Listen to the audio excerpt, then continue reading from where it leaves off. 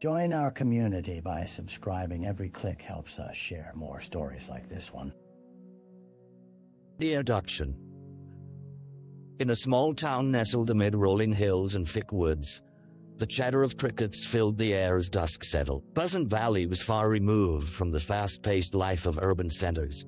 Its charm lay in the tranquility that enveloped every corner. Among the rustic streets and cozy homes, there stood a dilapidated house at the end of Willow Lane Place, where shadows lurked longer than evening light. Samantha Miles, a local single mother, was the quiet sort. Well-liked, but rarely the center of attention.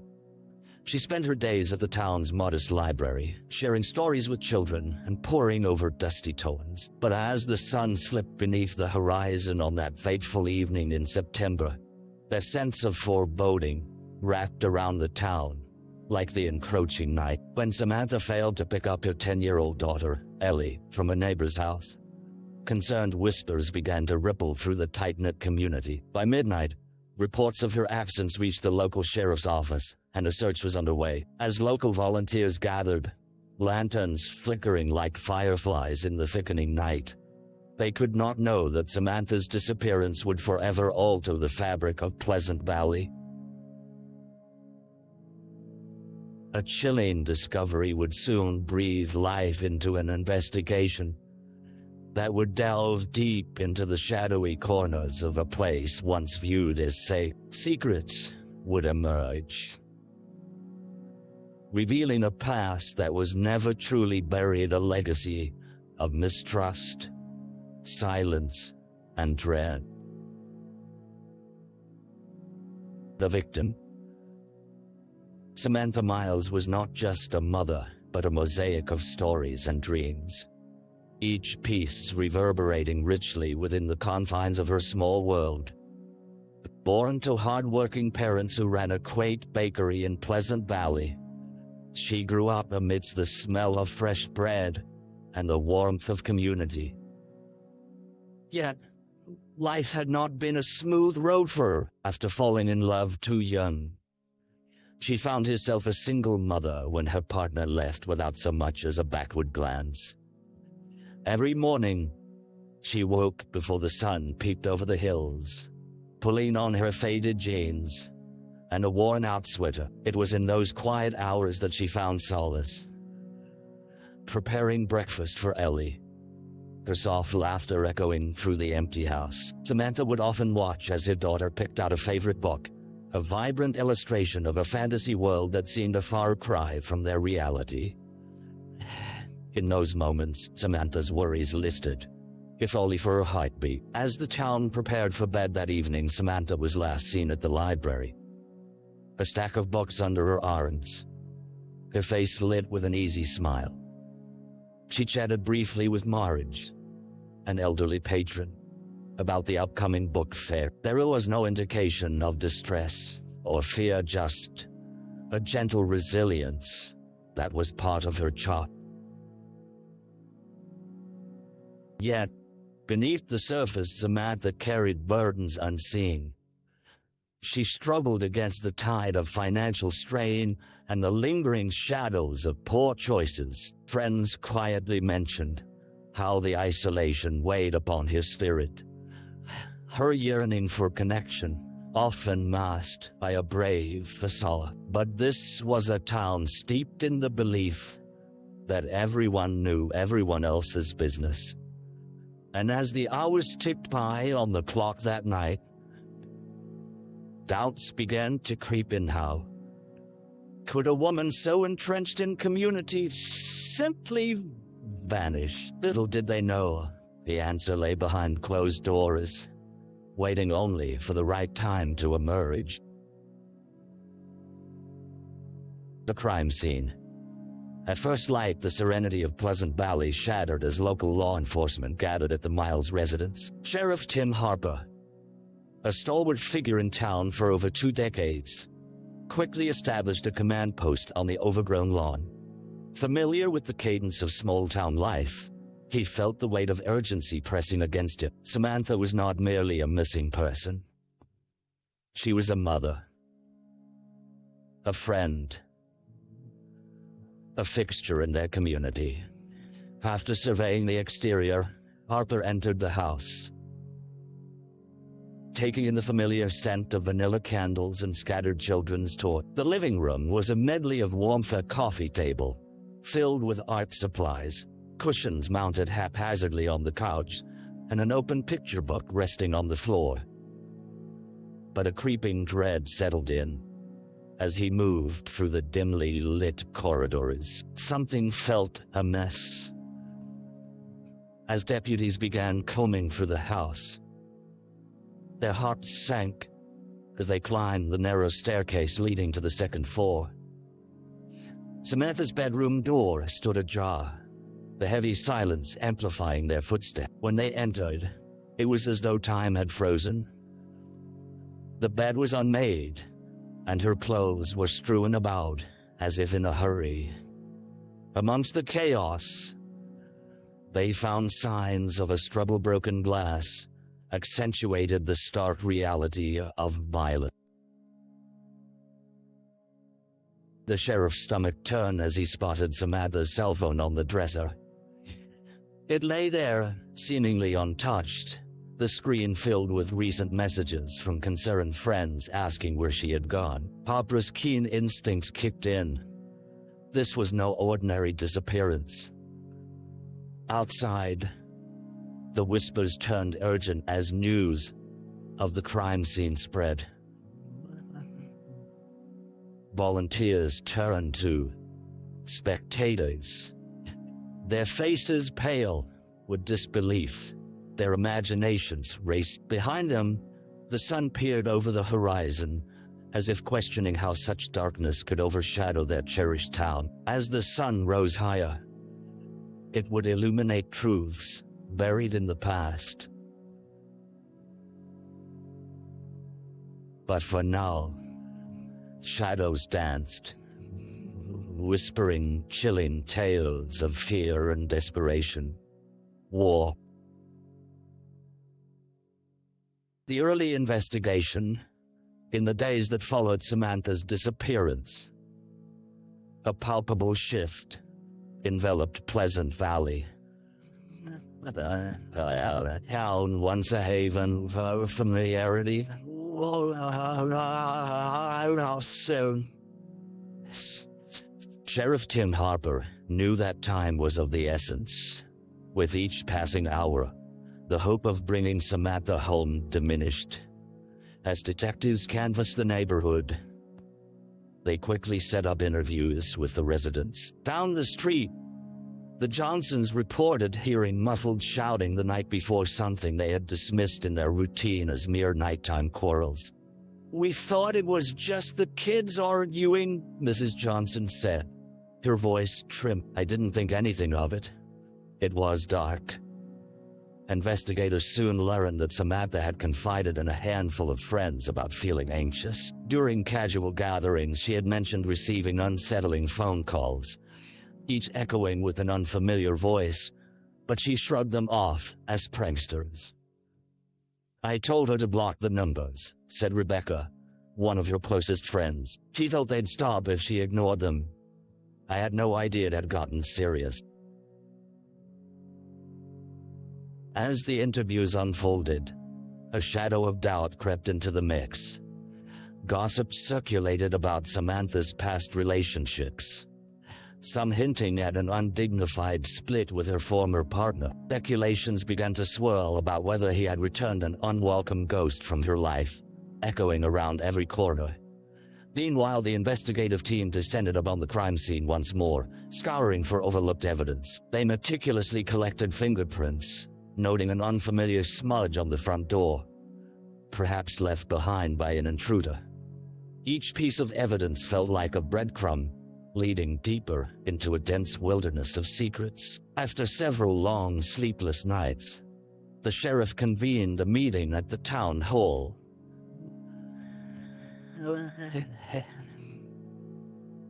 Faces lined with concern gathered in silence as Harper stood before them. Determination etched on his brow. "We need your help. We need to come together and push for answers," No one should have to face this nightmare. His voice echoed in the hollow space, a rallying call amid the unending uncertainty. But even he felt the weight of despair looming just out of reach. The dead ends. As the investigation dragged into its second week, the hope of a quick resolution was swallowed by growing frustration. Sheriff Tim Harper sat twisted in thought at the cluttered desk in the command post, the faint aroma of burnt coffee wafting through the air. The once vibrant leads that promised answers had dwindled. The neighborhood that felt so alive with whispers now quieted to a heavy silence. Detective Alice Turner, a sharp and intuitive presence, switched on the small television in the corner of the room. The news anchor spoke gravely about the missing woman, appealing to the public for any additional information. "We thought we had promising leads," she said, turning to Harper as the commercial broke. "But the witnesses haven't come through." Everyone just seems to backtrack, recovering memories that never saw the light of day. They'd meticulously followed the early leads, a background check on Samantha's ex-partner, and veiled his presence in a neighboring town. But they had an alibi, backed by a crowd of witnesses. Conversely, the mysterious phone calls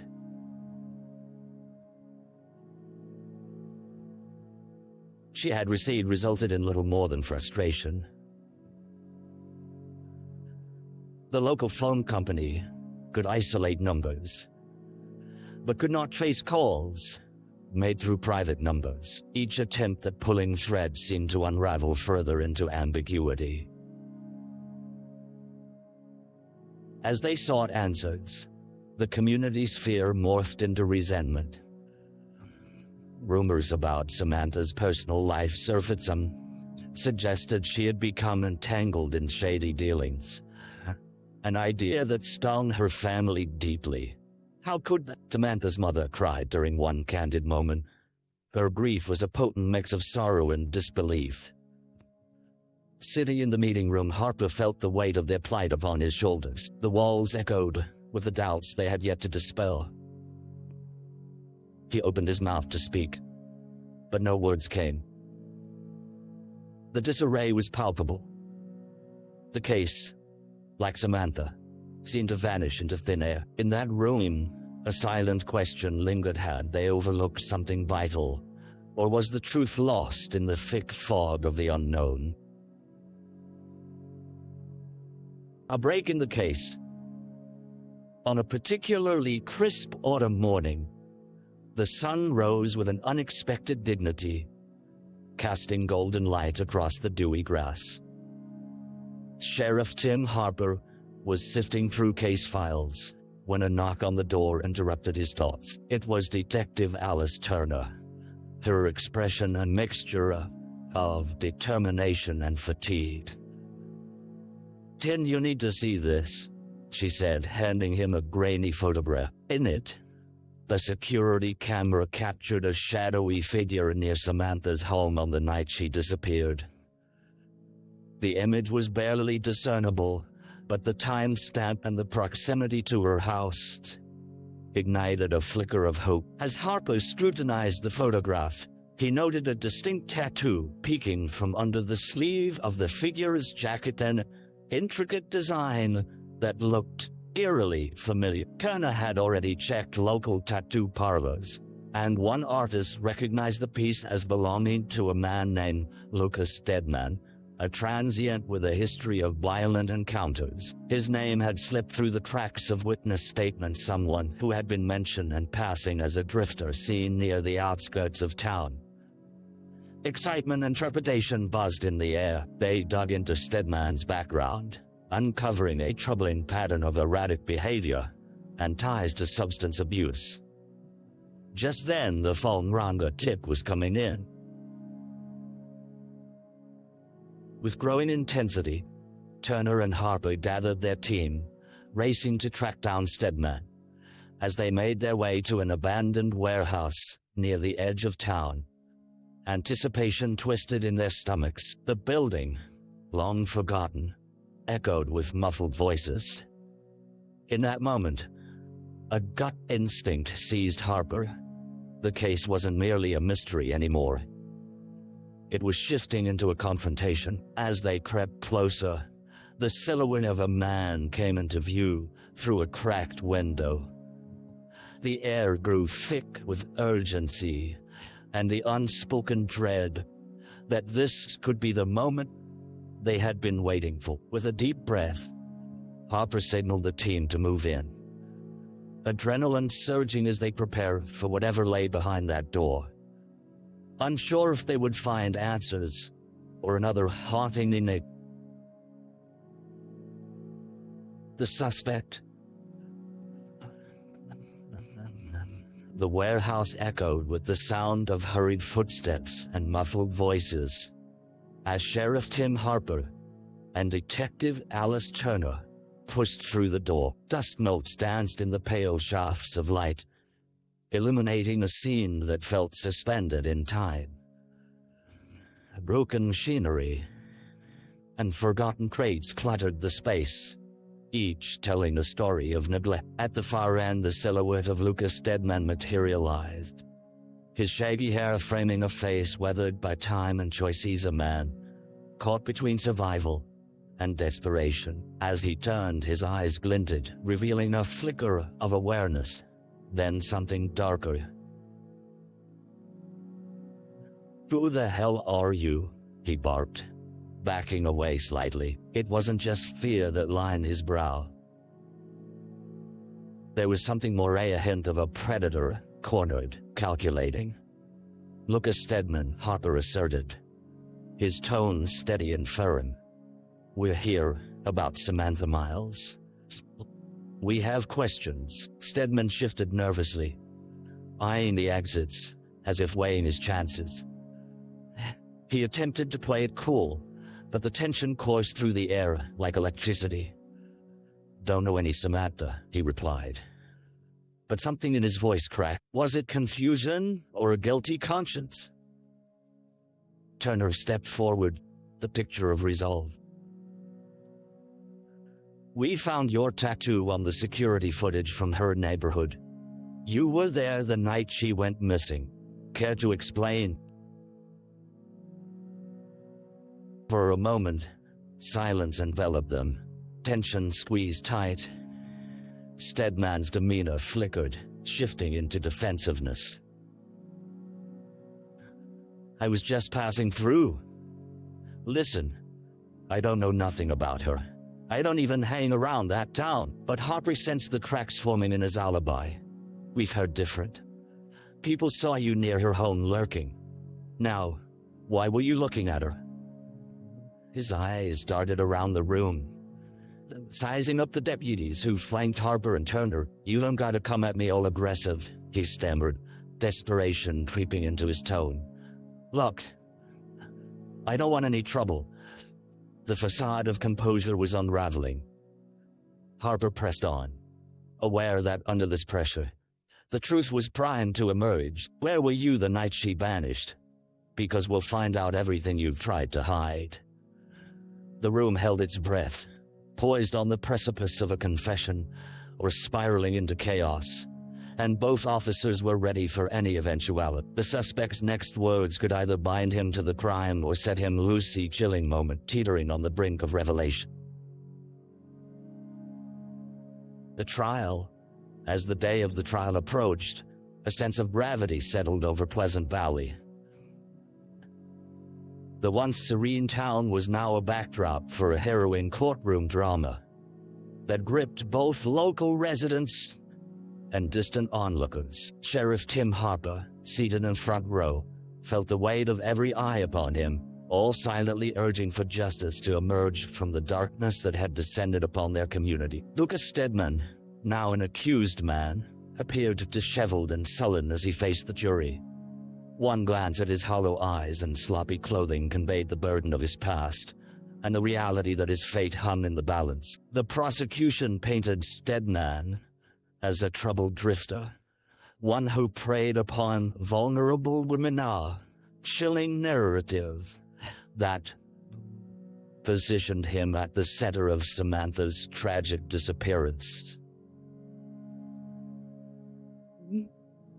Witnesses recounted the night of Samantha's disappearance, detailing how they had seen Stedman loitering around the neighborhood. Each testimony built a mosaic of apprehension, the whispers of townsfolk coalescing into a chilling chorus of accusation. The projection of sobering security footage captured him in blurry shadows, while evidence hinted at the remnants of an altercation at the Miles home. Yet, beneath the harrowing testimonials, cracks began to appear in the prosecution's case. The defense attorney, a sharp-tongued strategist, seized upon the ambiguity, questioning whether the security footage could definitively place Stedman at the scene of the crime. The defense's arguments posed unsettling possibilities.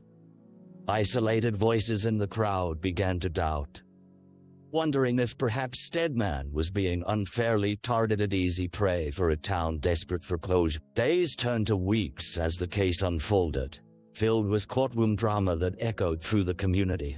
Harper sat, teetering on the edge of hope and despair, knowing that the truth had become clouded in a sea of manipulation. As the final day of testimony reached an emotional crescendo, Samantha's family filled the courtroom, their hearts raw with grief and yearning for answers. The judge gave the jury their instructions, and as they exited to deliberate, the air thickened with anxious anticipation and unpredictable weight hanging heavily in the hearts of everyone who had felt Samantha's absence. What would they decide? Would justice finally prevail, or would the truth remain tangled, lost amid the unending shadows? The aftermath.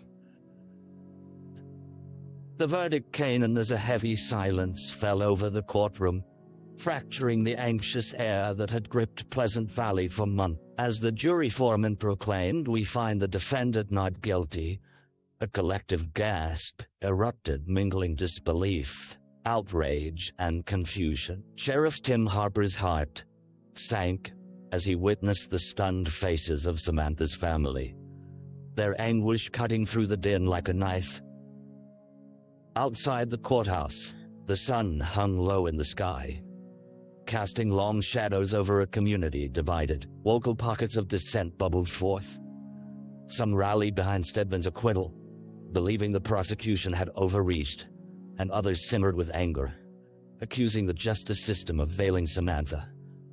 As the townsfolk dispersed, emotions were in high. Social media ignited like wildfire, with people taking to their keyboards to share grievances, declaring Stedman a monster, walking free, while others questioned the validity of the evidence, leading to heated debates that blurred the line between justice and mob mentality. Samantha's mother, distraught and hollow, stood by a small memorial erected near the library, where flowers withered in the autumn chill. It had been a place of solace, a grieving ground she once hoped would be temporary. In her heart, she felt the injustice gnawing at her, a wound that would never heal. The media frenzy heightened the pain, capturing her grieving as she stood frozen, an emblem of loss for many who too grappled with their own fears of vulnerability. Meanwhile, Lucas Stedman vanished from the spotlight, his presence absorbed back into the shadows from which he had emerged. Surreptitious rumors claimed he slipped away to a distant town, the trial becoming just another chapter in his turbulent life. But for Pleasant Valley, the shadows lingered, draping the once warm community in a cold shroud of uncertainty. Sheriff Harper, filled with regret and a sense of failure, channeled his grief into a relentless pursuit of answers. Days turned into long nights spent poring over case files, searching for any scrap of evidence that might have been overlooked, at a flicker of hope against the tide of resignation that threatened to swallow him whole. As snow began to sprinkle the town in a soft white blanket, the very ground felt changed, marked by a darkness but not entirely devoid of light. Hope was a fragile thing, often eclipsed by loss. Yet Harper understood that in the face of despair, the roots of resilience could still flourish. The investigation may have faltered, but the search for Samantha never would. Her story remained entwined within the rhythms of Pleasant Valley, a reminder that the fight for truth was far from over. Reflection. Months slipped away like autumn leaves caught in a windstorm, each day a quiet reminder of what was lost. Sheriff Tim Harper stood at the edge of the reservoir, the surface of the water reflecting the soft hues of dawn. This tranquil spot had long been his sanctuary, a place where the noise of the world faded, allowing space for reflection. But today it felt heavy with the weight of sorrow.